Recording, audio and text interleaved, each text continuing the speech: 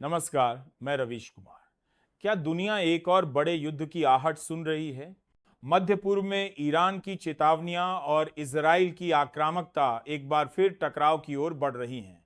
यह कोई नई कहानी नहीं है, बल्कि दशकों पुरानी सियासी और सैन्य खींचतान का नया अध्याय है, जो अब खतरनाक मोड़ पर पहुंच चुका है।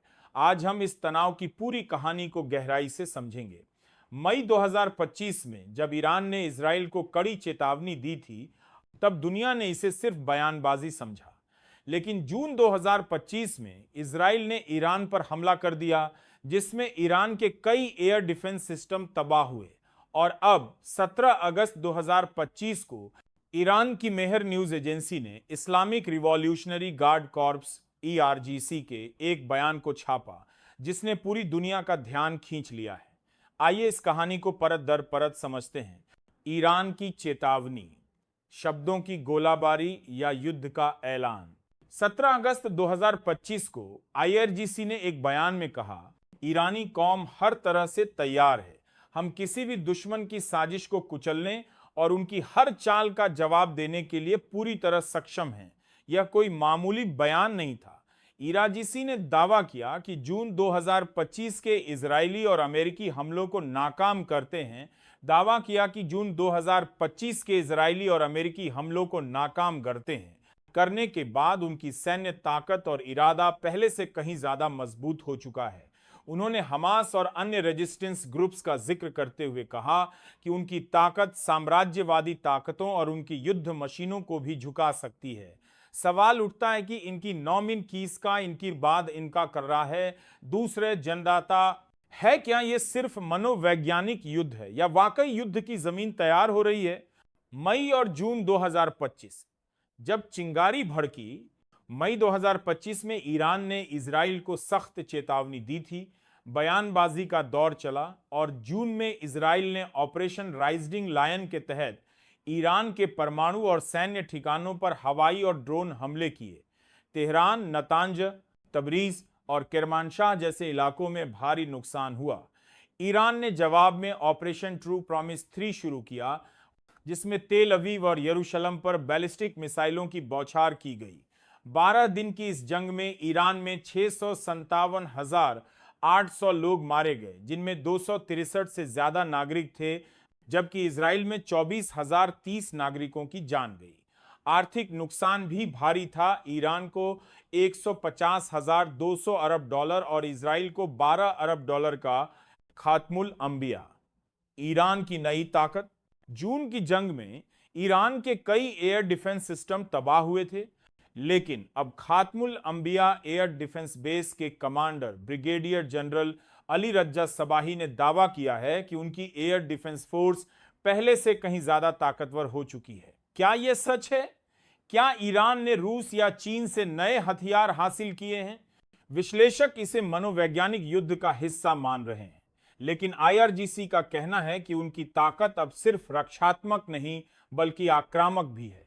16 अगस्त को आईआरजीसी ने कहा, हम अब सिर्फ जवाब देने तक सीमित नहीं रहेंगे, बल्कि खुद हमलावर बन सकते हैं। यह बयान अपने आप में एक बड़ा संदेश है। सीस्तान बलूचिस्तान में ऑपरेशन स्लीपर सेल्स का सफाया। 17 अगस्त को ईरान ने एक और खबर से दुनिया को चौंकाया। आईआरजीसी ने सीस्तान बलूचिस्तान प्रांत में एक बड़े ऑपरेशन में 6 आतंकियों को मार गिराया और 25 किलो विस्फोटक बरामद किया। इन आतंकियों पर सुसाइड हमले और तोड़फोड़ की साजिश रचने का आरोप था। यह ऑपरेशन कोई छोटी मोटी कार्रवाई नहीं थी।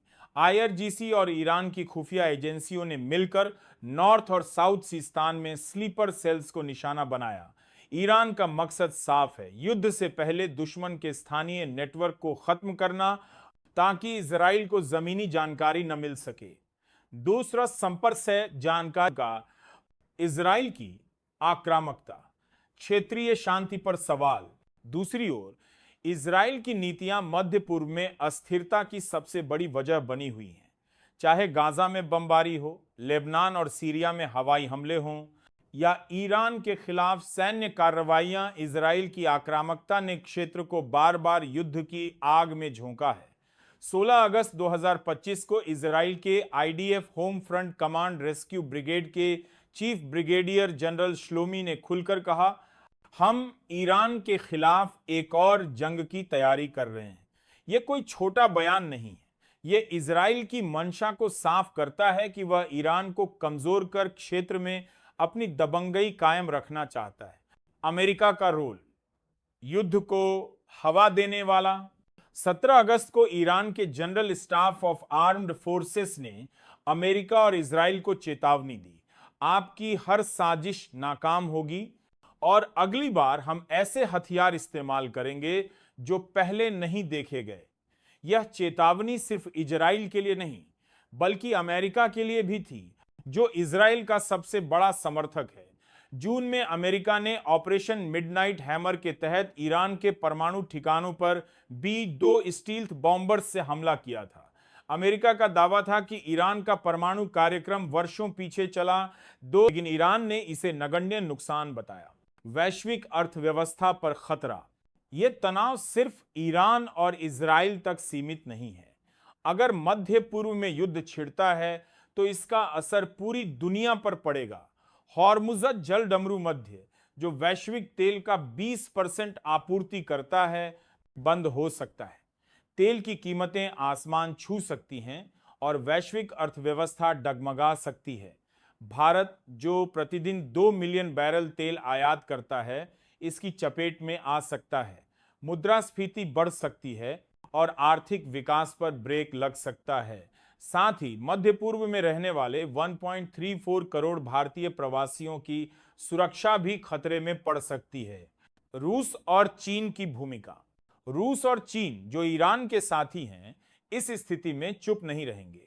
रूस की न्यूक्लियर एजेंसी ने चेतावनी दी है कि ईरान के बुशहर प्लांट पर हमला चेरनोबिल जैसी त्रासदी। नमस्कार, मैं रवीश कुमार।